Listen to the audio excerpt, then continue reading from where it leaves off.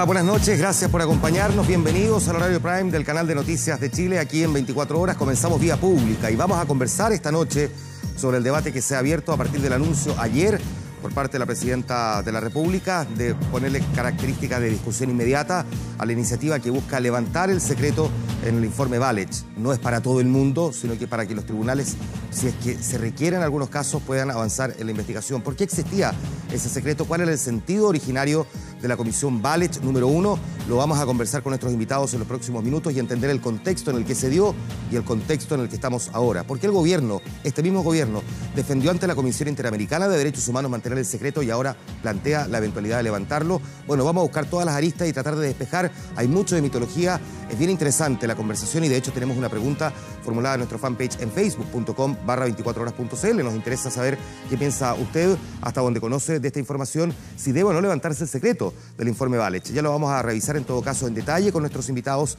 en los próximos minutos y vamos a darle un vistazo también al resto de la actualidad del día, algunos de cuyos titulares vamos a revisar a continuación en el comienzo de Vía Pública. El ex párroco de El Bosque, Fernando Caradima, condenado por el Vaticano por abusos sexuales, permanece internado en el hospital de la Universidad Católica tras sufrir un infarto y ser sometido a una cirugía.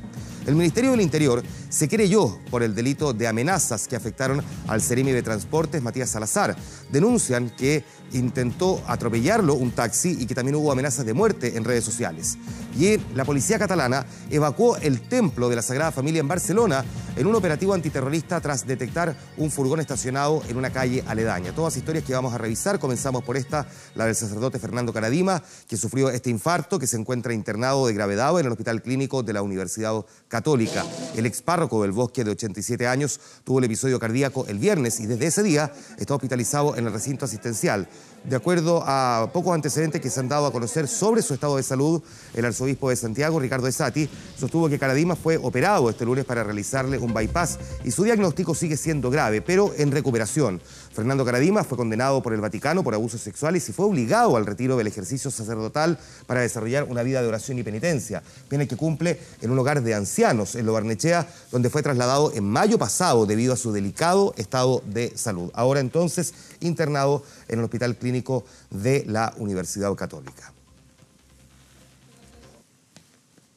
Y donde se generó además una serie de controversias a propósito de algunos comentarios en redes sociales e incluso un cartel que se puso fuera de uno de los recintos propios de recintos asistenciales de la Universidad Católica a propósito de la determinación de la objeción de conciencia en el caso de practicar el aborto para sus doctores, un tema que generó discusión y que incluso fue parte del debate sobre la despenalización del aborto. Y habían quienes, formulando este cuestionamiento, decían: ¿por qué no hay objeción de conciencia para tratar a una persona que ha sido acusada de abusos sexuales? Es decir, no atienden a mujeres que son víctimas de abusos sexuales y que pudieron haber quedado embarazadas y sí pueden atender a esto. La polémica se despeja muy rápidamente. La objeción de conciencia no es respecto del comportamiento del paciente, es respecto del tratamiento a aplicarle, que es una historia completamente diferente, y eso es lo que se ha intentado aclarar durante la tarde.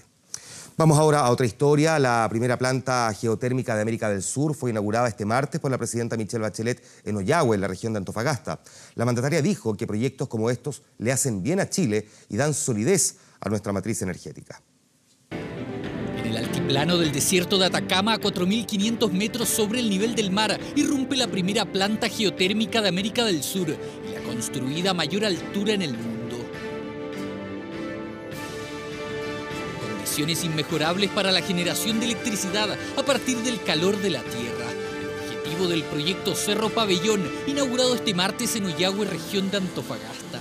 Esta pampa apacheta son testigos del inicio de un camino que nos llena de esperanza, el camino de la diversificación y la innovación que dará aún más solidez a nuestra matriz energética. Una planta geotérmica cuya inversión alcanzó los 320 millones de dólares, posible gracias a un consorcio entre la compañía italiana Enel y la empresa nacional del petróleo. Y yo soy una convencida que este es el tipo de proyecto que le hacen bien a Chile. Se crean opciones de inversión, se trae innovación tecnológica, se crean bases para un desarrollo sustentable y además hay una apuesta clara por la formación de capital humano. Una vez en total funcionamiento, se estima que esta planta será capaz de generar 340 gigawatts por año, equivalentes a la demanda de consumo de 165.000 familias.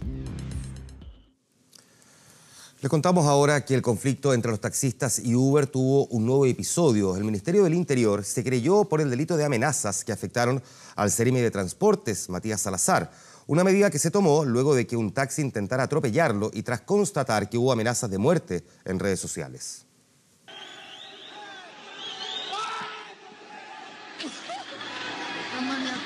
Fue una jornada negra para el aeropuerto. El lunes 4 de septiembre, cientos de taxis bloquearon los accesos en protesta por la competencia desleal con aplicaciones como Uber y Cabify. La manifestación no autorizada terminó con cientos de vuelos perdidos y un turista muerto. Pero algunos decidieron llevar la protesta más allá. Todo ocurrió durante la mañana del día siguiente a las afueras de la casa del Seremi de Transportes, cuando la empleada abrió el portón de la residencia. Tras ser descubierto, el hombre escapó del lugar en un taxi a toda velocidad. Esa misma tarde ocurrió el segundo incidente, esta vez cuando el Seremi Matías Salazar caminaba en pleno centro de Santiago. ¿Cuál fue el problema que hubo en esa oportunidad? ¿Trataron de arrollarlo? No, mire, fue un auto que tiró el auto encima y nos garabateó, ahí íbamos en compañía de otra persona. Estos dos hechos se sumaron a una serie de ataques que sufrió el secretario regional de Transportes en redes sociales una semana antes. Primero, lo acusaron de tener parentesco con un alto ejecutivo de Uber. Persona a la que no conozco y de la cual tampoco tengo parentesco alguno. Nosotros hicimos su desmentido en redes sociales en su momento. Pero eso no fue todo. En el mismo posteo, los insultos comenzaron a subir de calibre. ¿Te das cuenta que estos conchetumadres están más arreglados que la chucha? ¿Qué vamos a hacer? La conversación continúa, pero en un tenor muy diferente. Piteárselo nada más. 2 colombianos la hacen cortita. ¿Por cuánto? Por una gambita. Sospechosos merodeando su casa, un intento de atropello y sugerencias homicidas en redes sociales. Cuando existen ciertos requisitos de seriedad, de verosimilitud en las amenazas y de que básicamente el hecho que tú estás amenazando se pueda concretar, sumado al ejemplo que tú estás poniendo a que esto se puede haber hecho por escrito o a través de emisarios, establece la ley, uno puede entender que se puede concurrir y puede consumarse un delito de amenaza. Un cuadro complejo que llevó al Ministerio del Interior a presentar una querella por amenazas en contra de quienes resulten responsables. Hubo una situación concreta que demostró que pudo haberse producido digamos, un atentado a su seguridad. ¿Usted se siente tranquilo hoy día caminando por la calle? Sí, me siento tranquilo. Efectivamente, la situación ameritó presentar estas querellas, pero sin embargo yo me siento tranquilo y me siento tranquilo porque hemos hecho lo que es correcto. Y en segundo término, creo y tengo la tranquilidad y espero que no me pase nada a partir de esta amenaza. Amenazas que fueron rechazadas por la Confederación de Taxis Colectivos más antigua de Chile. Nosotros no lo aceptamos ni estamos de acuerdo con eso. Este ha sido un Seremi que ha estado siempre al lado de nosotros. Por un mal elemento los taxistas que cometió esta imprudencia o que han hecho este tipo de cosas, no nos parece que deba cambiar mi vida ni tampoco cambiar la buena impresión que tengo de muchos taxistas del gremio. Taxistas o no, el Ministerio Público seguirá investigando a la o las personas que trataron de atacar al Seremi de Transportes en el marco de una crisis que está lejos de acabar. Cuánta razón tiene Matías Salazar, el Seremi de Transportes, por el comportamiento de uno, se termina afectando a todos y aquí pareciera que, sin embargo, los taxistas no han logrado comprender que cada comportamiento finalmente los aleja más de la ciudadanía que ha preferido, en montones de casos, utilizar estas nuevas alternativas que han aparecido. Esta mañana, temprano, en entrevista en la Radio Duna, la ministra de Transportes, Paola Tapia, decía que el proyecto de ley que se está discutiendo para regular Uber y Cabify va a buscar, entre otras cosas, primero, que hayan más alternativas de transporte para los ciudadanos, que efectivamente han encontrado aquí una fórmula, una solución para poder movilizarse, dado que el incentivo para el transporte público no ha sido suficiente y esto es algo que llegó para quedarse. Y segundo, que se pretende que esa ley establezca una sana convivencia, es decir, en ningún caso se está planteando la desaparición de Uber o Cabify, buscar las fórmulas para que puedan ser regularizados en términos de patentes que podrían además eventualmente tener precios incluso diferenciados dependiendo de las horas de funcionamiento o de la cantidad de horas que en total recorren durante el mes. Eso se está discutiendo en el Congreso, pero es evidente que estas aplicaciones llegaron para quedarse y es así como lo está entendiendo la autoridad. Parece que algunos taxistas no lo están comprendiendo de la misma manera. Urge una solución vial para la principal vía que conecta Santiago con San Antonio. La autopista del Sol destaca por los tacos y las peligrosas maniobras de los que quieren evitarlos. Construir terceras pistas aparece como una alternativa, pero la verdad es que esto podría demorar varios años, mire. No hay cómo buscarle el ajuste para zafar del taco. Prácticamente todas las mañanas y todas las tardes el panorama es el mismo. Esta es la realidad un día de semana, pasadas las 6 de la tarde rumbo a Maipú. Al aire se ve la masa de autos intentando avanzar. A ras de piso se percibe la rabia y la impotencia de los miles que se mueven por aquí cada día.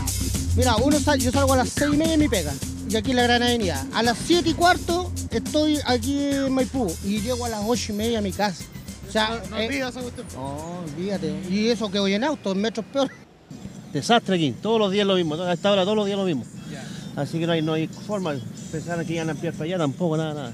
Con una tercera pista se arreglaría el problema o poniendo TAC más rápido en la pasada. En la mañana el taco enervante es hacia Santiago. Son los usuarios habituales de los primeros 30 kilómetros de la Ruta 78 que une Santiago con San Antonio los que más reclaman. Además del taco, deben pagar 550 pesos en peaje. Normal, cuando no hay taco, 20 minutos. Y ahora son 40, 45 minutos. Todos los días más de una hora aquí parado, como hasta ahora, siempre. En la mañana y en la tarde. En la mañana para allá y en la tarde cuando venimos de vuelta. ¿Y tú lo pensáis pagar por esto o no? No vale la pena. ¿Hay que poner tac acá en esta salida? Yo creo que sí. Sí, serviría bastante. En el MOP tienen claro el diagnóstico y también las soluciones. El ministro Undurraga promete una tercera pista de alto estándar con costo cero para el Estado y los automovilistas. Desde el punto de vista del usuario, la forma para que todo esto no significara un aumento de costo para el usuario fue alargar en 20 meses la concesión de la autopista. Después de ello se relicita con nuevas condiciones. Las pistas propiamente tal van a estar listas, completas el año 2020, pero con entregas parciales por tramo. En el corto plazo, este año, empieza el trabajo de la iluminación de todas las pasarelas, porque los usuarios no son solo los automovilistas, sino que también quienes están en el entorno. El diseño de la Ruta 78 o Autopista del Sol data de 1995, cuando comenzó el sistema de concesiones. Las pistas fueron diseñadas para un máximo de 2.500 autos, pero ya no caben los más de 3.000 que circulan por hora. Y por mientras se materializa el proyecto del MOP, las bermas son en la práctica las informales terceras pistas que han transformado esta ruta en un germen de peligro. Fatal accidente en cadena, esto ocurrió en la Ruta 78. Porque siempre hay accidentes y después congestionan las otras dos pistas hacia la izquierda. No, sí, eso es de todo. Siempre pasa eso. ¿Nadie fiscaliza eso? Nadie. O sea, si no hay un choque, hay un taco, una autoempana, es horrible, ocupamos berma, accidente, es lo peor. Esta autopista, aparte que no tiene aviso, nada, es un desastre. El concesionario de esta ruta es el grupo Abertis, quienes declinaron comentar los alcances de esta nota. Antes era la Autopista del Sol, ahora es una verdadera pesadilla automovilística. Una que cada día conjuga la burocracia de los peajes, el tedio de los conductores y la estrechez de las vías. Esta mañana se instaló la primera piedra del nuevo terminal internacional del aeropuerto de Santiago. Los trabajos van a finalizar en el año 2020. Una inversión que es superior a los 700 millones de dólares. El futuro terminal aéreo de Santiago, que espera contemplar así 294.000 metros cuadrados de edificación, más de 7.000 estacionamientos y 67 puentes de embarques para vuelos internacionales, dejando el actual terminal destinado para los servicios de los pasajeros que realicen los vuelos domésticos, es decir, los que se realicen dentro de nuestro país. La primera entrega de esta obra se va a realizar el próximo año, ya que hasta ahora hay un 25% de avance en la nueva infraestructura, donde se ha trabajado en salas y puertas puertas de embarques, así como en Las Mangas. Una vez que concluya la construcción en 2020, el objetivo de la concesionaria es volver a convertir este terminal aéreo en el principal aeropuerto de Sudamérica. Esto fue lo que dijeron las autoridades después de la colocación de la primera piedra hoy. Lo que estamos preparando es un aeropuerto para 30 millones de pasajeros todos los años. El terminal actual va a ser solo para los vuelos nacionales y el nuevo terminal que hoy día empezamos la construcción va a ser para los vuelos internacionales. Eso más que duplica la capacidad en cuanto a metros cuadrados. Pero de la misma forma no se trata solo de un nuevo terminal, sino que se trata de nuevas salas de embarque que unen ambos terminales, una de las cuales vamos a estar entregando el segundo semestre del año 2018. Nuestro propósito final es volver a ser el principal aeropuerto de Sudamérica. El aeropuerto es también al servicio de la comunidad, obviamente, de la ciudad de Santiago, es la puerta de entrada del turismo en el país.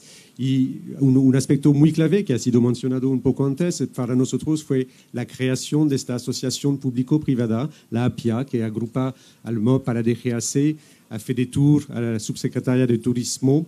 Y gracias a esta alianza hemos podido contribuir a la promoción de la conectividad del aeropuerto de Santiago.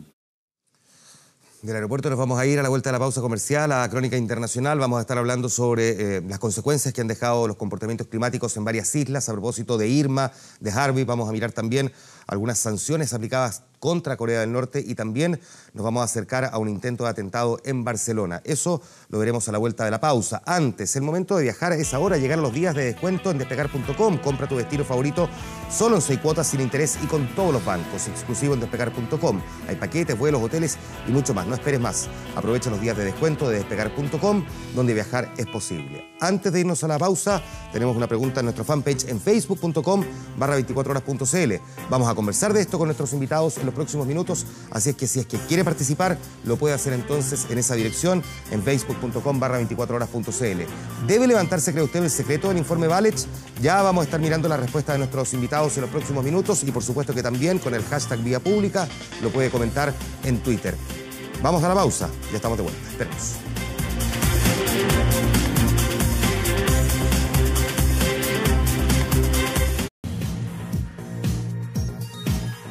Ya estamos de regreso. El paso del huracán Irma por el Caribe transformó islas de ensueño en verdaderas zonas de guerra. Hay miles de personas sin hogar, sin agua, alimentos. Muchos de esos territorios dependen de gobiernos europeos que están llegando a la zona, pero no con la rapidez que exigen los afectados, algunos de los cuales incluso han llegado a decir que tienen que tomar agua de mar para lograr sobrevivir.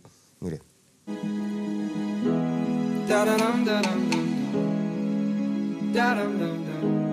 Estos paisajes han hecho de las pequeñas islas del Caribe destinos turísticos exclusivos y de ensueño, pero el paso del huracán Irma los convirtió en lugares prácticamente inhabitables.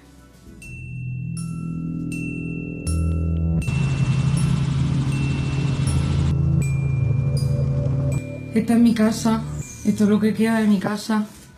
Estábamos dentro cuando pasó el huracán. La gente está desesperada, no hay comida, no hay agua, no hay gasolina. Necesitamos que nos ayuden, no estamos seguros. Este fue el desesperado mensaje de una ciudadana española que rogaba rescate en la isla San Martín, mitad holandesa y mitad francesa, que este martes recorrió el presidente galo Emmanuel Macron. Apenas aterrizó en la isla Guadalupe, enfrentó las críticas. Hay enojo porque hay fatiga, así que escucharé esta ira y voy a ir a San Martín. Por esa razón, para tranquilizar, demostrar completa determinación, consolar y también escuchar la rabia, porque es normal y es mi trabajo. En San Martín, más de 80.000 hogares están completamente destruidos y más de 2.000 efectivos de seguridad tuvieron que ser desplegados para enfrentar los saqueos y la violencia tras el paso del huracán. Cientos de personas están siendo trasladadas a Europa, mientras en la parte holandesa de esta isla, todos estos turistas esperan con angustia volver a sus respectivos países. Aquí el 90% de las construcciones están dañadas.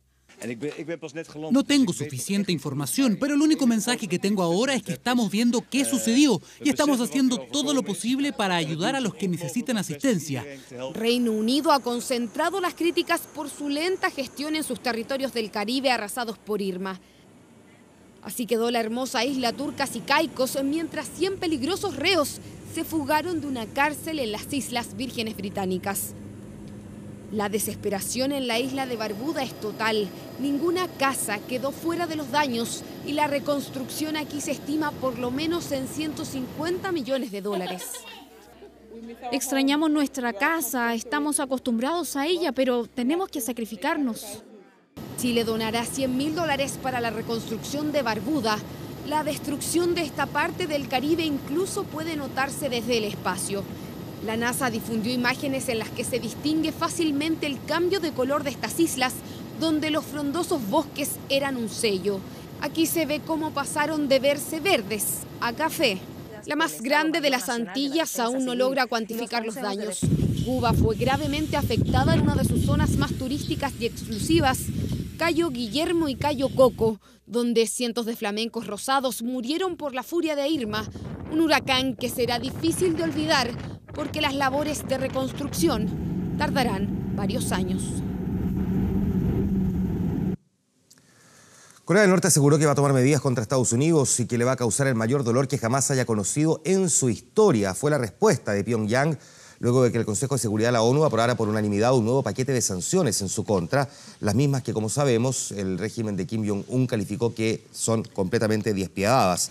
Resulta que el presidente Donald Trump dijo que este es solo un pequeño paso para lograr medidas más fuertes capaces de detener el programa nuclear armamentístico de ese país asiático.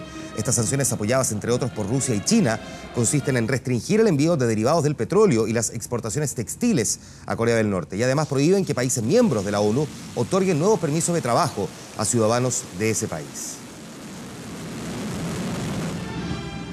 Una falsa alarma terrorista volvió a generar momentos de tensión y provocó que la policía catalana acordonara el templo de la Sagrada Familia y sus alrededores en Barcelona durante unas horas. La prensa local informó que un furgón estacionado en una de las calles aledañas despertó las sospechas de los agentes de seguridad, pero todo ya ha vuelto a la normalidad.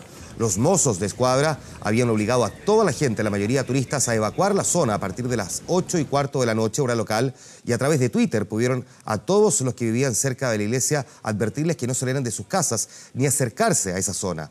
Las terrazas, tiendas y comercios fueron desalojados rápidamente y además registraron basureros y contenedores e interrumpieron las líneas 4 y 2 del servicio del metro, que ya está, sin embargo, operando con normalidad un par de horas después. Cataluña se encuentra en alerta terrorista nivel 4 en un máximo de 5 y los controles se han intensificado desde los pasados atentados. El principal, ustedes recordarán, en la Rambla, que dejó 16 muertos y cientos de heridos. Es una de las varias razones por las que los catalanes ahora están esgrimiendo que quieren independizarse de España. De hecho, el Parlamento catalán ha convocado a un plebiscito para el próximo 1 de octubre, que, sin embargo, el gobierno español ha considerado de ilegal y no vinculante. Ese plebiscito quiere preguntarle a los catalanes si quieren convertirse en un Estado independiente y como república. Esto ha provocado un enfrentamiento entre el gobierno en Madrid y el gobierno catalán, que en estos momentos los tiene trabados en una disputa sobre si realmente se va a efectuar o no ese plebiscito. Hay consultas que se están haciendo ahora con los 948 municipalidades que tiene, digamos, Cataluña, que es una zona muy importante para España, es una de las que genera grandes ingresos en términos de turismo, en términos de servicios, en términos de industria, y que ha provocado ahora este enfrentamiento entre el gobierno central y el gobierno autónomo.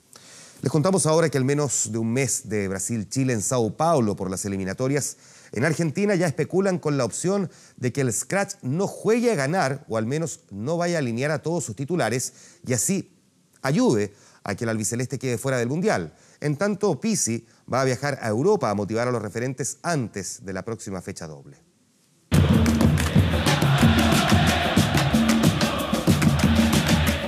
Fin de semana por medio, Boca Juniors se encarga de demostrar que su estadio es uno de los más temibles, que la presión que se vive ahí es única. Bondades que no solo cautivan a los ceneices, sino que también a la AFA, la Asociación Argentina de Fútbol. El partido entre Argentina y Perú se va a jugar en la Bombonera. Argentina-Perú también en la Bombonera.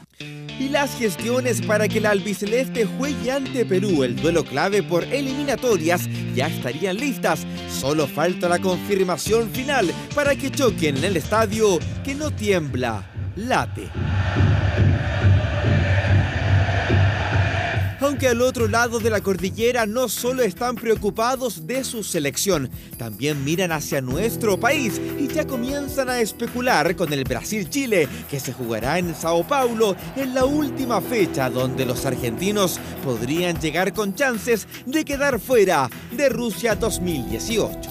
Si Chile gana en Santiago y nosotros no le ganamos a los peruanos, Chile puede ganar en Brasil y sacaría 6 puntos sobre 6. Si Brasil, insisto con esto, empatando con Chile en la última, deja fuera a Argentina del Mundial, ¿qué hace Brasil? ¿Vos decís que juega a muerte? El problema nuestro, se toma fría de café. ¿Tite no pone suplentes? Mientras que en Chile, después de la trágica última fecha doble, Pizzi quedó preocupado, tanto que quiere adelantar trabajo y por lo mismo viajará a Europa para hablar con los referentes de La Roja y motivarlos antes de los duelos frente a Ecuador y el Scratch. Todo suma, dicen, para ver a la selección en el Mundial.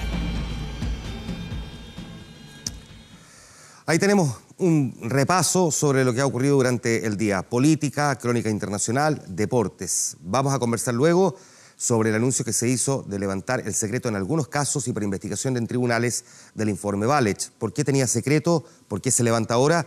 Ya lo vamos a conversar y discutir y debatir con nuestros invitados en los próximos minutos. Antes, cuando se trata de tu futuro, no necesitas que te digan que alcanzar una buena pensión es fácil, porque no lo es. En Cuprum lleva más de 10 años presentando propuestas concretas para mejorar el sistema en pensiones, porque hay cosas que no pueden esperar. El desafío de Cuprum es mejorar tu pensión.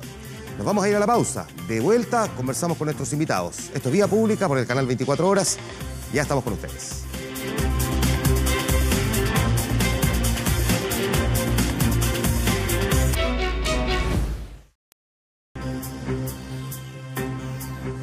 Fueron más de 28.000 testimonios con revelaciones crudas, personales, de violaciones a los derechos humanos que se prestaron ante la Comisión Valech, cuyo secreto podría levantarse. Es lo que busca un proyecto del gobierno objeto de contribuir con investigaciones judiciales, pero que abrió también un debate por la protección de la reserva con que se entregaron originalmente esas declaraciones. Vemos esta nota y luego lo conversamos con nuestros invitados. Yo entrego esto para que ustedes lo utilicen como sea. Jamás yo dije que esto fuera secreto, y sé que todas mis compañeras, que somos muchas, decidimos todas hacer nuestras declaraciones abiertas. La doctora Matamala Vivaldi fue uno de los 35.000 testimonios que durante un año se entregaron a la Comisión Valech. De todos, solo 28.000 serían aceptados y calificados. Y el día que el presidente Lagos iba a comunicar, digamos, lo que iba a ser la política hacia adelante, muchos lloramos cuando supimos de los 50 años. Sino que el hecho que esto fuera un secreto, para nosotros fue como abrir la puerta a la impunidad. Hubo que garantizar el secreto de esa declaración, porque a nadie le gusta que sus humillaciones personales sean conocidas públicamente. Si se trataba de hacer justicia, era cuestión de que esa misma declaración se hiciera a los tribunales. Se les dijo expresamente, el que quiera contribuir, que vaya a los tribunales y diga lo mismo que dijo la comisión. El ministro Gómez, que hace 14 años integraba la Comisión Valech, hoy aclara que el secreto se levantará siempre a petición de los tribunales de justicia. Estos antecedentes que hoy día están declarados secretos van a poder ser conocidos por los tribunales en la medida que la propia ley establezca la forma. Pero hay que tener el resguardo de la víctima que no quiso, no quiere, ni por ella, ni por sus descendientes, por sus hijos, sus nietos o nietas, ¿no, verdad?, que se sepa esta circunstancia. La Iglesia Católica, que hoy bendijo al mundo circense, pidió que se respete la seguridad jurídica de los testimonios que se prestaron ante el obispo Valech. La Comisión Valech se dio su norma. Yo soy muy respetuoso de lo que la institución se ha dado como norma. Las personas que dan a conocer algunas cosas con condiciones, es humanamente deseable que ese compromiso permanezca siempre, que no sean un silencio que en lugar de favorecer a todas las personas, las perjudiques. Este 11 de septiembre habló también el comandante en jefe del Ejército, que hoy se retiró sin emitir una palabra del Palacio de Gobierno. Hoy día, con mucho orgullo, tenemos que decir que no tenemos ningún requerimiento pendiente de parte de los ministros en visita de las causas que se llevan en cuanto a derechos humanos, que no hay ninguna restricción de entrega de información que el Ejército dispone. Por tanto, eso es importante, que información de parte nuestra no existe. Ahora, la información documentada, lo acabo y lo reitero, ha sido entregada en cada requerimiento que el Ejército ha tenido. Por lo tanto, no tenemos más información que la que se entrega a los tribunales. Ahora, las personas que estuvieron en esa época son las personas que han respondido a la justicia y obviamente el Ejército no puede responder por ellos. Hay que creer lo que dicen.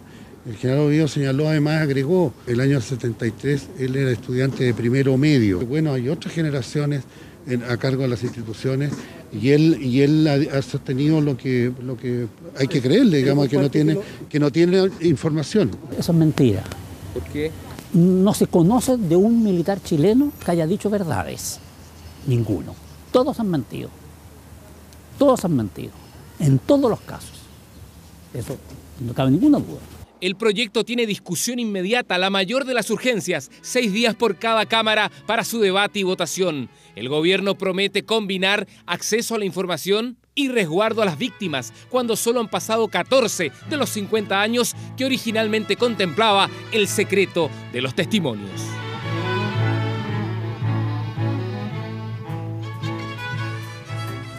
Para entender mejor este debate vamos a conversar con Tucapel Jiménez, diputado del PPD, integrante de la Comisión de Derechos Humanos. Gracias por estar aquí, bienvenido, buenas noches. Gracias por la invitación. Héctor Salazar, abogado de Derechos Humanos, que nos acompaña también, bienvenido, buenas noches. Buenas noches. Y también Mijael Bonito, abogado coordinador de la Comisión de Derechos Humanos de Chile Vamos. Gracias por estar aquí, bienvenido, buenas noches. Ha habido intentos en otras oportunidades en el Congreso de avanzar en esto de si levantaron el secreto, pero antes de meternos a esta discusión, me gustaría, si es posible, que expliquemos cuál fue la génesis, a pesar de que parte de la nota de Claudio Fariña lo refleja muy bien, ¿no? Pero de todas formas, profundicemos un poquitito en el sentido originario de esta comisión a la que se le pide a Monseñor Válech que la encabece y por qué en ese momento la necesidad de este secreto. ¿A mí? Parto contigo. Bueno, yo creo que la comisión Válech fue el año 2003, ¿no es cierto?, en el gobierno de Ricardo Lagos. Y lo que buscaba era que las víctimas de tortura y de prisión prestaran testimonio, pero nunca, fíjate que el testimonio que ustedes dan aquí al principio es muy importante porque nunca se les dijo a las víctimas que era reservado, nunca se les dijo que era secreto, sino que después que prestaron el testimonio se envía la ley al Congreso y en el Congreso se le pone, ¿no es cierto?, a la ley el secreto de los antecedentes. Por lo tanto, lo que dice interesante eso. Yo ayer me hacía la pregunta, de hecho lo conversaba con Consuelo Saavedra en un programa de radio y tenía la duda de si fue en la génesis de la convocatoria de la comisión o fue en las postrimerías del trabajo de la comisión en que se resolvió que sería secreto. Tú dices que fue el final. Fue cuando se envía el proyecto, se pone el secreto de los antecedentes. Pero las víctimas, por eso, lo que dice no me recuerdo el nombre de la primera persona que acá aparece entrevistada, ella dice claramente, nosotros fuimos a prestar testimonio, nunca se nos dijo que esto iba a ser secreto, fuimos porque... Yo escucho a Ricardo Lagos, dice, ¿por qué no fueron a los tribunales? Pero tenemos que retroceder en el tiempo y los años no han pasado en vano. Antiguamente había temor de ir a los tribunales, las causas eran prescritas, las causas de tortura, incluso ni siquiera era tortura, era premio legítimo. Hace pocos años atrás, recién los tribunales ya dejaron de prescribir estas causas. Se allanaron a investigarlas. Por lo tanto, eran otros años y las personas buscaron esta instancia para prestar su testimonio, me imagino, pensando que algún día en el futuro se podrá esto conocer, pero sin saber del secreto de los 50 años. Ya, en esa línea, entonces, Héctor, ante el argumento que luego escribió Ricardo Lagos, que cuenta la historia de esta mujer, ¿no?, que es una mujer mayor de edad, que dice, no quisiera que mis nietos supieran los tormentos que yo viví, pero al mismo tiempo quisiera que esto quedara registrado en alguna parte, por eso es que ella agradecía que fuera anónimo. Si desde el comienzo se hubiese dicho que la Comisión Válech iba a ser anónimo, ¿habríamos tenido más personas entregando su propio testimonio? Es decir, ¿puede haber un porcentaje de personas que, ante el temor de que ese pasado, que la atormenta, a pesar de haber sido víctima, prefería mantenerlo oculto, haya contado lo que vivió? Mi experiencia, trabajando en la Vicaría de la Solidaridad y en el Comité de la Paz, es que todas las personas que concurrían a esas instituciones a denunciar su hecho era con el afán de que se denunciara públicamente la situación y se presentaran los antecedentes a los tribunales para que se investigaran. No conozco ningún caso en esas instituciones de que alguien haya ido a plantear algo y haya pedido confidencialidad. Todo lo contrario, demandaban de nosotros acción de denuncia pública y ante los tribunales. E incluso firmaban denuncias de sus hechos para que las conociera la Comisión de Derechos Humanos de las Naciones Unidas. ¿Cómo te lo explicas entonces? ¿Por qué crees que se le puso secreto a la Comisión? No me lo explico. ¿No te lo explica? Yo creo que debe haber una causa que todavía no aflora a la superficie. ¿Tú, Cabel, tú tampoco te lo explicas o tienes alguna teoría? Yo creo que también hay voces que dicen que fue para proteger a los victimarios, claramente. Porque ahí hay nombres, me imagino, bueno, el secreto nadie sabe, pero deben haber antecedentes, lugares de tortura, nombres. Me imagino que también se intentó, más que proteger a las víctimas, yo me iría por el otro lado y creo que se intentó proteger a los victimarios, porque las víctimas, como dice el abogado, dicen claramente que ellos fueron con la intención de que esto, ojalá se mandara a los tribunales, no tenían ninguna intención de que fuera secreto. Mijaíl, ¿cómo lo observan? ¿Cómo lo observan ustedes? La discusión de ese entonces, ya vamos a ir a la que se está teniendo lugar ahora en 2017, pero de haber creado una comisión de estas características, de esta naturaleza, para reflejar esta otra realidad tan relevante también de las consecuencias de la dictadura, víctimas de la tortura y de los apremios, y que haya quedado finalmente bajo secreto. A ver, mira, como mismo estábamos hablando en el año 2004 y un poco antes quizá, todos los países que han sufrido de dictaduras y han sufrido violaciones a los derechos humanos, lógicamente tienen periodos de transición que además están basados muchas veces en lo que se ha llamado justicia transicional. Que hay ciertas, digamos, hay ciertos acuerdos que se logran y ciertas formas que se van innovando para lograr obtener verdad y, por supuesto, a partir de la verdad se obtiene reparación de víctimas, etc. Entonces, yo discrepo contigo solamente en ese punto, justamente en que hoy día, de verdad, a mí no me queda claro, porque he escuchado las dos versiones, de si el secreto estaba o no en la declaración que se le hacía a las personas antes de que se sentaran a informar, digamos, y a rememorar y reportar todo lo que había sucedido con ellas. Para entender bien, tú dices que lo que no te queda claro es que no se le haya dicho de antemano a la persona. Exactamente, de antemano, antes de que haya sido... Más que secreto anónimo, puesto, exactamente, antes que haya sido puesto en el proyecto de ley posterior, que creo que es la 19922 o algo así. El 19.992, esa es la ley. Entonces, yo creo que ahí lo que nos encontramos hoy día es justamente en que de un universo de 30.000 personas, hoy día a mí me parece que es prácticamente imposible conocer cuántos de ellos están dispuestos o no a relatar los hechos en público, básicamente porque cuando uno sufre este nivel de atropellos y este nivel de humillación y vejaciones, muchas veces realmente prefiere que no salga a la luz pública. No es lo mismo, no es lo mismo hacer una declaración en un lugar específico, con ciertas garantías de que eso no se va a conocer. Básicamente porque suele también pasar que hay una victimización secundaria, digamos, rememorar los hechos y narrarlos de esa naturaleza. Establece victimización secundaria. Entonces, que es básicamente el argumento que escribió Lago en su momento. Ahora, déjame, solamente siguiendo tu línea argumental, uno podría entender esa lógica de los acomodos para los tiempos en el informe Rettig, pero estamos hablando del 2004, es decir, o sea, el retorno a la democracia fue en estricto rigor en marzo del 90. Los procesos transicionales suelen ser muy, muy largos. Yo creo que el de Chile, de hecho, fue uno de los más acotados y logrados hasta el momento, digamos. Pero todavía hoy, ¿hace cuánto? El 90, todavía estamos discutiendo el tema y estamos hoy día discutiendo... ¿Será porque no lo hemos cerrado? ¿Será porque efectivamente... A ver, yo creo... Déjame completar esto. Ya. ¿Será porque no hemos avanzado lo suficiente en verdad y justicia, en que tengamos una institución como el Ejército, lo digo abiertamente, que jamás, nunca ha hecho una declaración en el que efectivamente reconoce los horrores cometidos por esa institución hasta el día de hoy?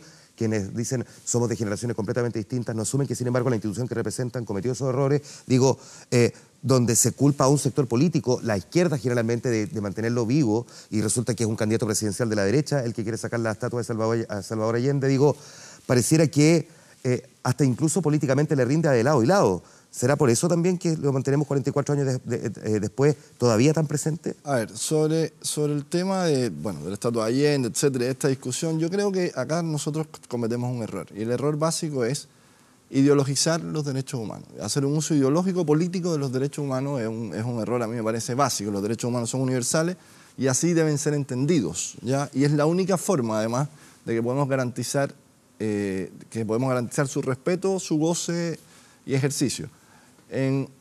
Con respecto al tema de la época, yo creo que este país se ha avanzado mucho en temas de verdad y reparación, y todavía hoy tenemos varios casos de militares que están condenados o siendo condenados o en proceso de serlo, digamos, en procesos judiciales sobre el particular. A mí lo único que me preocupa sobre el tema de levantar el secreto de los testimonios es que el Estado, de una u otra manera, fijó o dio fe de que estos testimonios iban a ser secretos durante 50 años. Y ahora estamos... Y yo lo que podría hacer, lo que sí entendería es que con el debido consentimiento y con el consentimiento informado de la persona que quiera declarar y hacer público su testimonio, por supuesto, pero yo creo que si el Estado... Sí, pues uno es propietario además de su propia historia, el Estado no lo puede obligar a uno a quien no la pueda divulgar. Exactamente, pero sí uno puede...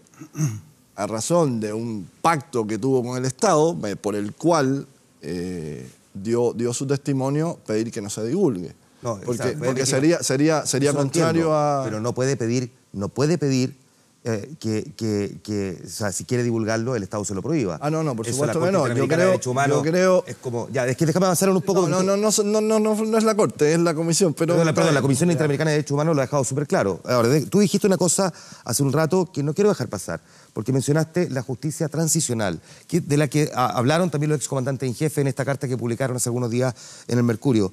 ¿Qué es lo que es la justicia transicional? Porque es como que hubiese habido un pacto explícito respecto de una justicia de transición, cuando en estricto rigor no hay, digamos, antecedentes sobre eso. Hay un pacto no escrito, tácito, que se manifiesta en hechos de estos que permiten deducirlo. Todo nuestro proceso transicional fue pactado. Y hubo pactos donde no fue difícil llegar a acuerdos, mantener el sistema económico, por ejemplo. Pero en tema de violación a los derechos humanos, que había sido la épica a través de la cual se levantaron las banderas para recuperar la democracia, era un tema muy complejo desde el punto de vista de llegar a un acuerdo. ¿Dónde queda de manifiesto que en esa área era una situación muy compleja de dónde colocar el límite? La frase la dijo el presidente Elwin: justicia en la medida de lo posible. Ahora, eso se podía interpretar de dos maneras. Una, que iba a haber un grado de justicia y hasta ese nivel se iba a poder llegar y se acababan las demandas de justicia, o que la posibilidad de hacer justicia era un concepto dinámico y que en la medida que iba avanzando la transición se fueran ampliando las posibilidades de justicia. Nosotros quisimos interpretarlo de que justicia en la medida de lo posible era algo dinámico, no era un concepto estático. Y eso ha implicado entonces un proceso que se ha alargado mucho y en donde han saltado las chispas cuando no ha habido problemas, donde choca los intereses institucionales del aparato militar que deja el poder político y la clase política emergente democrática que quiere democratizar el país. Ahí están los ejercicios de enlaces, entre otras cosas, y ejemplos históricos que demuestran entonces la complejidad del problema. La Comisión Rettig fue brutalmente y frontalmente rechazada por las Fuerzas Armadas. 10 años después, y a propósito de la detención de Pinochet en Londres. En la mesa de diálogo recién vinieron a reconocerla. Vinieron recién a reconocer que ellos habían violado los derechos humanos y que iban a colaborar en el esclarecimiento de la situación de los detenidos desaparecidos. A eso se comprometieron las Fuerzas Armadas. Su colaboración resultó ineficaz. Resultó que entregó información que no era correcta. Y lo otro que se acordó en la mesa de diálogo es establecer jueces especiales que se dedicaran exclusivamente a la investigación de las violaciones que aún no se resolvían en los casos más trágicos. Ya. Y dos, se comprometieron las Fuerzas Armadas a que el único camino por donde debía transitar la verdad y la justicia eran los tribunales de justicia. Y por eso llevamos 40 años de tramitación de juicios en donde la colaboración ofrecida ha sido más formal que real. En la práctica esa colaboración no ha existido. Mira, te doy un solo caso. ¿Por qué tengo que saber yo, que soy un simple civil, que la operación de retiro de televisores estuvo a cargo del general Mena y no lo sabe el comandante en jefe actual del ejército? ¿Le crees tú al general en jefe del ejército actual y a todos los que lo precedieron en la transición democrática que ellos entregaron y colaboraron con la investigación? ¿Cómo yo sé cosas que ellos deberían saber mucho mejor que yo? En la lógica de la justicia transicional, ya para meternos de vuelta al informe Balich, en la lógica, tu papel de la justicia transicional, ¿cómo se explica que en la misma década de los 90 con todo lo que implicaba, Manuel Contreras y Pedro Espinosa fuesen enjuiciados, fuesen condenados, y estando en el 2017 nos encontremos con una carta como la que se publica en el diario El Mercurio, con los cuestionamientos que hacen excomandantes en jefe de las distintas ramas, algo que uno no hubiese imaginado y que sin embargo al día de hoy puede llegar a ocurrir, donde hay un cuestionamiento respecto de los intereses políticos detrás de el conseguir justicia.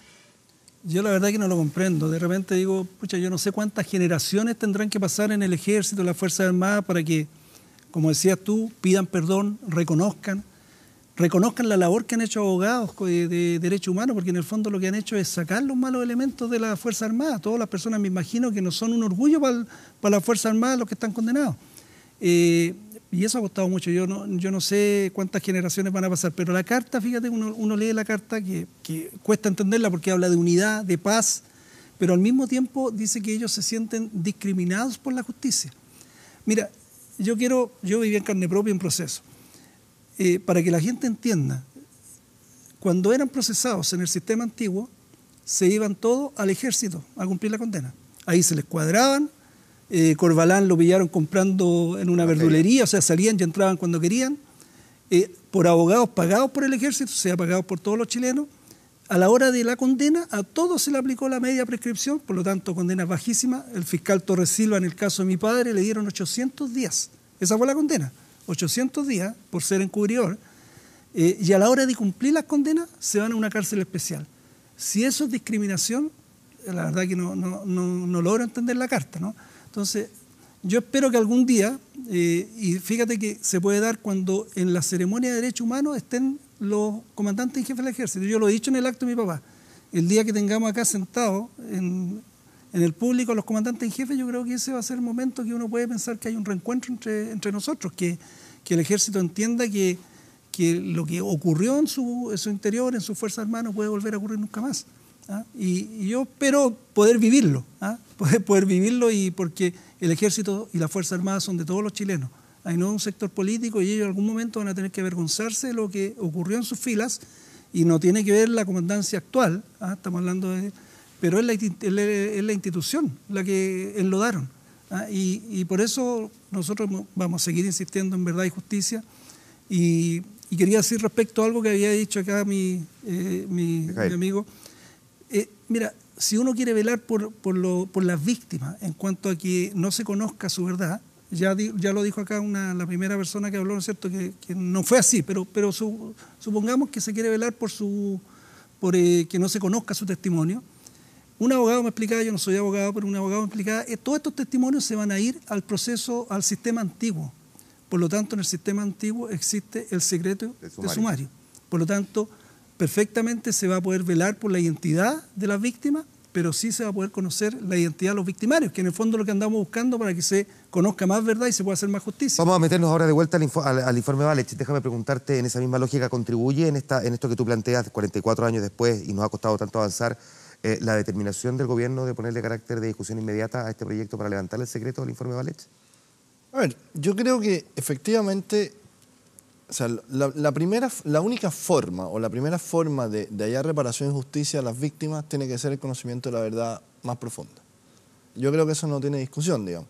En ningún género de justicia transicional, porque de hecho lo que hablábamos de justicia transicional es justamente...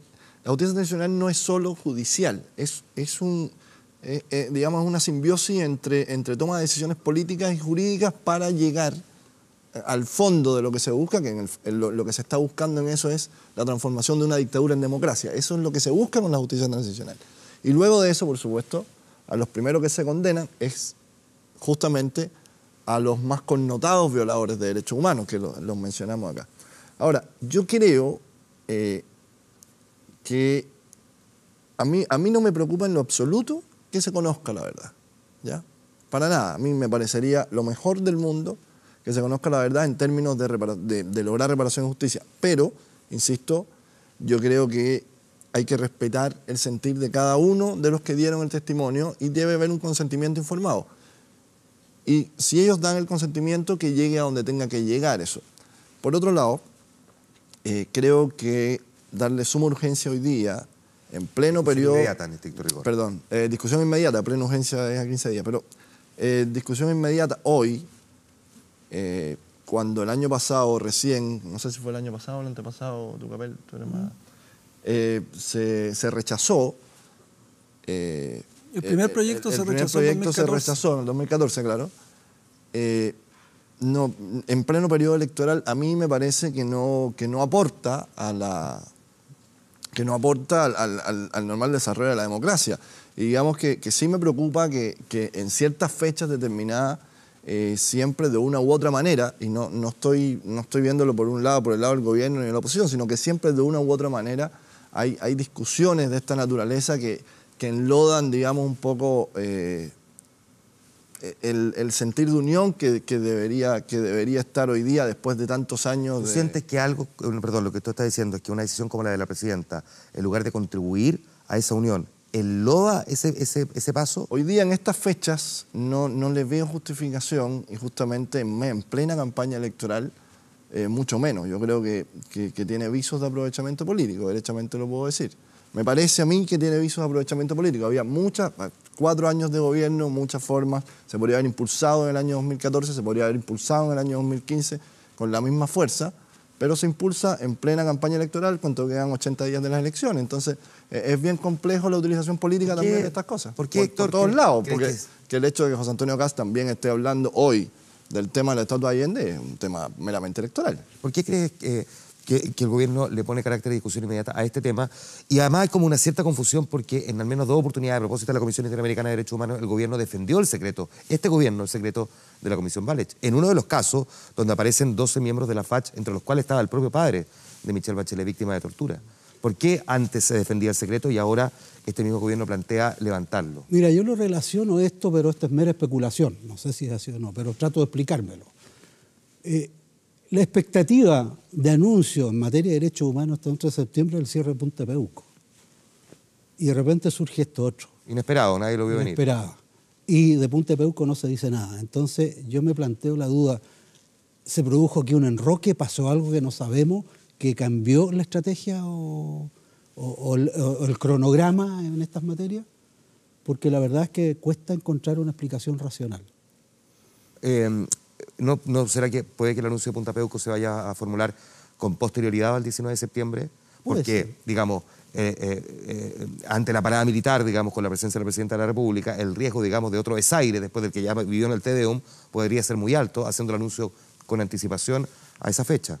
O puede ser que la carta que mandaron los excomandantes en jefe de las Fuerzas Armadas hayan tenido un efecto también. ¿Crees que puede haber tenido algún efecto político en la moneda? Es posible también. ¿Sí? Está dentro de las posibilidades. No lo sé, no me consta, pero especulando, te digo, de tratar de encontrar explicaciones, uno ve todos estos hechos que están alrededor de estos acontecimientos y que uno lo hacen plantearse estas interrogantes. Tucapel, ¿tú crees que puede haber tenido un efecto en la carta? ¿Crees que existe la posibilidad de que el anuncio del cierre de Punta Peuco se haya, de alguna manera, transado respecto a este otro anuncio? No, yo no lo creo, fíjate. Yo, la verdad que no, y espero que la carta no haya tenido nada que ver. Yo creo que más bien recoge una demanda histórica de las agrupaciones de derechos humanos. En este momento hay más de 20 organizaciones que tienen tomado el Instituto Nacional de Derechos Humanos y tienen 10 puntos en su petitorio. Y uno de ellos es el fin al secreto de la Comisión Balich. Entonces también es responder un poquito a las demandas de las organizaciones y en ese sentido lo que ha hecho la presidenta es poner discusión inmediata al proyecto que está en el Senado, que está aprobado en la Cámara de Diputados, que se discutió en la Comisión de Derechos Humanos, pasó a la sala, se aprobó y pasó al Senado y el Senado lo ha dilatado. La verdad que sabemos quién es la presidenta de la Comisión de Derechos Humanos del Senado. Sí, Jacqueline Van Rysselberghe, presidenta de la UDI. Entonces, por lo tanto... cercana a los militares detenidos en Punta Peuco, a quienes ha ido a visitar. Este proyecto ya debería haber visto la luz, porque pasó hace mucho tiempo que está. Entonces, yo creo que el gobierno ha dicho, bueno, pongamos la discusión inmediata para que se vote. Nadie sabe si se va a aprobar o no. Se va a poner en discusión y, bueno, yo espero que se apruebe en el Senado, pero fíjate que hubo un primer proyecto que, a propósito de lo que tú decías, fue rechazado por el sector que tú representas. Y ahí hablábamos nosotros de que fuera de carácter público los antecedentes, pero le dábamos 90 días a las personas para que pudiesen oponerse. Es el que presentaron junto con Hugo Gutiérrez, ¿no? Claro, fue el primero. Sí, el primero. Y se rechazó con votos nuestros también, hay que reconocerlo. Con votos de Chile Vamos y con algunos votos nuestros, cosa que me pareció... Y 3 abstenciones también de parlamentarios de la nueva mayoría. Después pasó el tiempo y volvimos a presentar otro, que la iniciativa de Hugo Gutiérrez, no quiero atribuírmela yo soy coautor, Y se presentó este segundo, ¿no es cierto?, que le da solo a requerimiento a los tribunales. Y es el que se aprobó en Derechos Humanos, se aprobó en la sala y hoy día está en el Senado, y a ese se le va a dar discusión inmediata. Que se ha dilatado por la Comisión de Derechos Humanos del Senado. Ahora, déjame volver un paso atrás. Yo preguntaba recién si hay un giro en este gobierno o hay una mala interpretación respecto de que en 2 oportunidades ante requerimientos de esa Comisión Interamericana el gobierno haya rechazado levantar el secreto y que ahora decida ponerle carácter de discusión inmediata a levantarle el secreto. Sí, o sea, claramente hay un giro y yo creo que es positivo. O sea, yo creo que siempre son bienvenidas las noticias que... Mira, yo creo que hay siempre un bien común. El Estado no puede avalar secretos e impunidad. Y yo creo que este famoso secreto en esta comisión en el fondo era avalado. Yo creo que todos los tratados internacionales estaban en contra de este secreto, que el Estado avalara esta impunidad y secreto. Por lo tanto, yo creo que hoy día Chile está respondiendo también a ponerse a la altura de lo que debemos ser como país, y yo creo que es bueno lo que está pasando. Tarde, por supuesto que es tarde, pero más vale tarde que nunca. Mijael. No, te decía que tal y como señala la comisión, que tú bien dices, el mismo Instituto Nacional de Derechos Humanos, entiendo que no sé si en el 2015 o 2016, en el anuario, refleja la necesidad del levantamiento del secreto, pero también especifica que siempre y cuando sea con consentimiento informado y sin afectar derechos de terceros. ¿Ya? Entonces, yo te repito, a mí lo que me gustaría escuchar cuando hablamos de derechos humanos en general, yo lo que extraño del debate público hoy día es que hablemos solamente de las violaciones a los derechos humanos, cuando tenemos todas las posibilidades y yo creo que tenemos que hacer todo el trabajo posible porque el programa de derechos humanos que hoy día radica en la Subsecretaría de Derechos Humanos del Ministerio de Justicia y Derechos Humanos tenga todas las posibilidades de trabajar y que se llegue a la verdad y reparación y justicia a todas las víctimas y sus familiares y deudas, digamos. Pero también extraño muchas veces que, por ejemplo, el Plan Nacional de Derechos Humanos todavía esté en discusión y no tengamos ni siquiera avisos de lo que vendrá sobre el plan. Y cuando me refiero a esto, me refiero a que nosotros necesitamos, de alguna manera como país, no pasar la página, porque jamás uno debe olvidar estas cosas y uno debe insistir en que debe haber reparación y justicia. Pero sí es necesario que las discusiones sobre el tema de derechos humanos pasen también o se ocupen también del desarrollo de otros derechos humanos y no solamente de la historia. No podemos seguir como país discutiendo solamente de la historia. Tenemos que hacernos cargo de la historia, tenemos que reparar, tenemos que poner todo lo disponible a nuestro alcance para que haya verdad y justicia, pero en eso todo lo disponible hay que seguir adelante. Y aprender de la historia. En eso de todo lo disponible, Mijael. Lograr movernos hacia adelante. Mijael, en eso de todo lo disponible, ¿incluyes tú el cierre de Punta Peuco?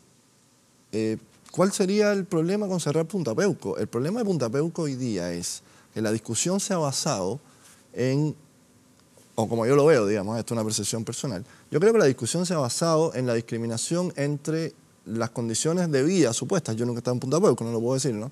Pero las condiciones de vida supuestas de los reclusos de Punta Peuco versus los reclusos de otros lugares del país. Cuando la responsabilidad nuestra como país tiene que ser, en primer lugar, que las condiciones de vida de nuestros reclusos sean dignas. Y entonces no tendríamos esta discusión.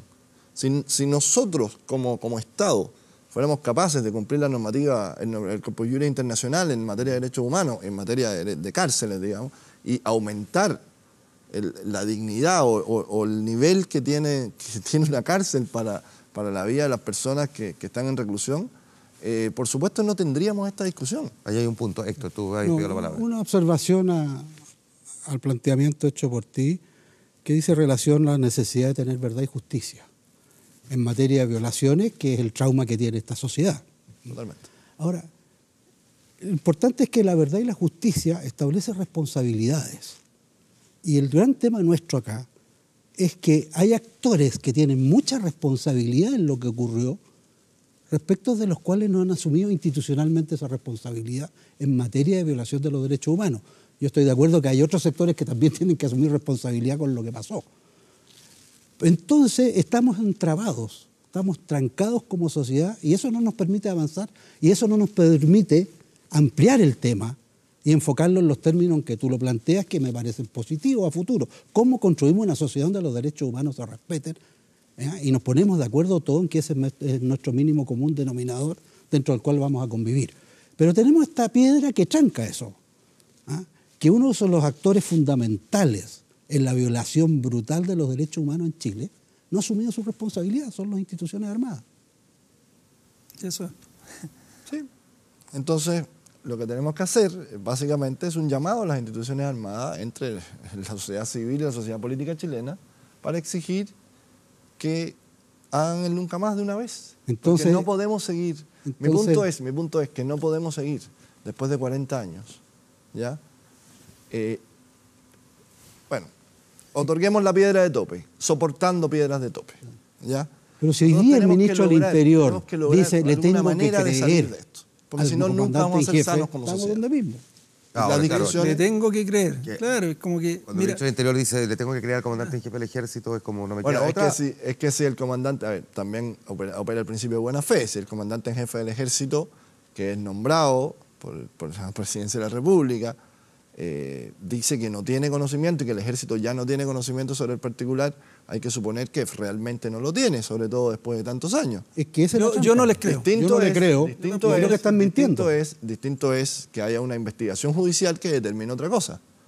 Pero, perdón, aquí también tenemos que tiene que operar el principio de buena fe. Tenemos un alto representante, el máximo exponente de la jefatura del Ejército de Chile, que además es nombrado hoy día y designado por instituciones civiles, o sea, perdón, por instituciones políticas civiles, el gobierno de la República. Entonces, yo creo que hay que tener algún... Pero ¿sabes por qué cuesta creerle? Algún tipo de indicio de que no lo conoce. No puede ser que el principio de buena fe quedó completamente mancillado de momento en que después de los acuerdos de la mesa de diálogo, después de todos los mecanismos que se establecieron para poder entregar información de forma anónima, sin que se persiguiera a quien estaba relatando esa información, hubiesen datos que dijeran, por ejemplo, que habían cuerpos que habían sido lanzados a los volcanes o al mar, y que esos mismos cuerpos luego aparecieron, por ejemplo, en una cuesta, es decir, donde hubo una burla ante una institucionalidad que además, digamos las cosas como son, se instaló para decirle al mundo que nosotros estábamos dispuestos a solucionar nuestro problema para que nos devolvieran la vida. Pero ojo, absolutamente, pero las instituciones... O sea, no hubo ahí una vulneración a ese principio de la buena fe. Lo entiendo perfectamente, pero el principio de la buena fe no lo vulneran las instituciones, lo vulneran las personas que dirigen las instituciones. Entonces, si alguien mintió en ese minuto, fue una persona que tenía vinculación o dirigía la institución. Pero no por eso yo tengo que asumir... Hoy día hay objeción de conciencia en las instituciones. Que el general comandante en jefe del ejército de hoy tenga conocimiento del tema si él mismo ha dicho que no lo tiene. Ok, tú querías decir algo. Pero mira, lo que pasa es que han dicho uno, ¿cómo puede creerle uno si han dicho permanentemente que ellos siempre han cooperado con la justicia? Eso es falso. Es falso, pero yo lo viví en carne propia. Y ustedes periodistas le pueden preguntar a Sergio Muñoz, que llevaba la causa. Solo bastó pedirle el listado de la DINE y el ejército se negó a entregárselo. ¿Qué tuvo que hacer el juez Sergio Muñoz? Que le tardó 10 meses más, buscar a través de Capredena, de cómo cotizaban, hizo toda una casi operación de inteligencia hasta que encontró el listado de la DINE. Si tú le preguntas hoy día a Carmen Frey, pregúntale si el ejército ha cooperado. No han cooperado, y él dice abiertamente, hemos cooperado con la justicia. Entonces, miente públicamente, entonces la verdad que cuesta creerle que no haya información. Héctor, por último, algo querías agregar también de lo que estaba diciendo Mijaíl. Mira, yo creo que nosotros, por la experiencia vivida ya, aquí no operan la buena fe, aquí operan los hechos. Y tenemos que aprender a vivir con los hechos. No sacamos nada con meternos autogoles y seguir haciendo como que no ha pasado nada, y siguen funcionando instituciones con un grado de autonomía y de poder real político que afecta e incide en el gobierno civil democrático. No nos podemos seguir metiendo o autoconvenciendo de realidades que no son efectivas. Pero, ¿a qué te refieres con eso específicamente? En que hoy día las Fuerzas Armadas son actores políticos indirectos, pero que tienen un poder que logran imponer sus intereses en el país. Como un ejemplo, en el último tiempo, de cómo han logrado imponer ese poder. Mira, yo te he contado delante que todos estábamos esperando el aviso del cierre de Punta de Peuco. Pero la presidenta no ha dicho que se arrepintió de Estoy de acuerdo contigo, no lo he dicho. Pero ¿qué se esperaba para el 11 de septiembre? No sé si la gente esperaba. Estaban todos los periodistas en Punta de Peuco. No sé si estaban los familiares en Punta bien, Peuco. pero no sé si... Las agrupaciones familiares no sé si se esperaba afirmaron... que fuera el 11 de septiembre el día que hicieron el anuncio. Se esperaba para ese día y las señales que se dieron era para ese día. Y sin embargo, de un día para otro cambia la gente. Pero uno no puede... estamos especulando, digamos. Pero especulando sobre una base. Sí, real, bueno, siempre uno especula y tiene nociones sobre cierta base. Pero yo creo que uno no puede atribuir a una decisión política o al cambio de una decisión política, que en primer lugar nunca se manifestó propiamente tal con fecha ni nada por el estilo, a la incidencia de poderes fácticos gubernamentales. Yo creo que eso es un tejido... Oye, te puedo dar otro dato. La declaración hoy día del ministro de Defensa y del ministro del Interior. Ya, pero en estricto esas declaraciones, ¿qué están diciendo? Le tengo que creer. Que lo que dice el comandante jefe es cierto y por lo tanto todos los que planteamos que están mintiendo estamos diciendo tonteras. Bueno, yo creo que hay cierto temor todavía a las fuerzas más escondidas. Podríamos estar equivocados también. Pero el anuncio del cierre de Punta Peuco no lo hizo el gobierno. Quiero recordar que fue una publicación de La Tercera, ante lo cual una reacción por parte del gobierno muy escueta, pero no salió a entregar ningún detalle sobre el cierre y a partir de ahí se generó un debate, pero no un anuncio del gobierno anticipado. No, pero además fue por una entrevista a la presidenta que le pregunta si va a cumplir, le pregunta por el cierre y ahí se voy a cumplir. La pregunta a Matilde Burgos de CNN Chile, sí, efectivamente dice que... Y Carmen Gloria Quintana dice que cuando se entrevistó con la presidenta le dijo voy a cerrar Punta Peuco. Sí, lo dijo en el informante. Claro. Ya pues, a los tres les quiero agradecer el que hayan estado conversando con nosotros. Septiembre es un clásico, este tema se instala, el tema de los derechos humanos, como bien dices tú, debería ser permanente, vigente, actual además, no solamente histórico, sino que hay tantas otras violaciones a los derechos humanos que se están cometiendo día a día y que de las que deberíamos estar conversando también. Y en otras latitudes. No deberíamos tener ninguna diferencia acá. En otras latitudes y acá también. Y acá también. A los tres muchas gracias. Gracias por la invitación. Gracias. Nosotros nos vamos a la pausa. Estamos de vuelta de inmediato aquí con Bien. Grupo Security, ¿quieres? Puedes. Antes de finalizar, algunas cosas, miremos el resultado de la pregunta que formulamos en nuestra fanpage en facebook.com/24horas.cl.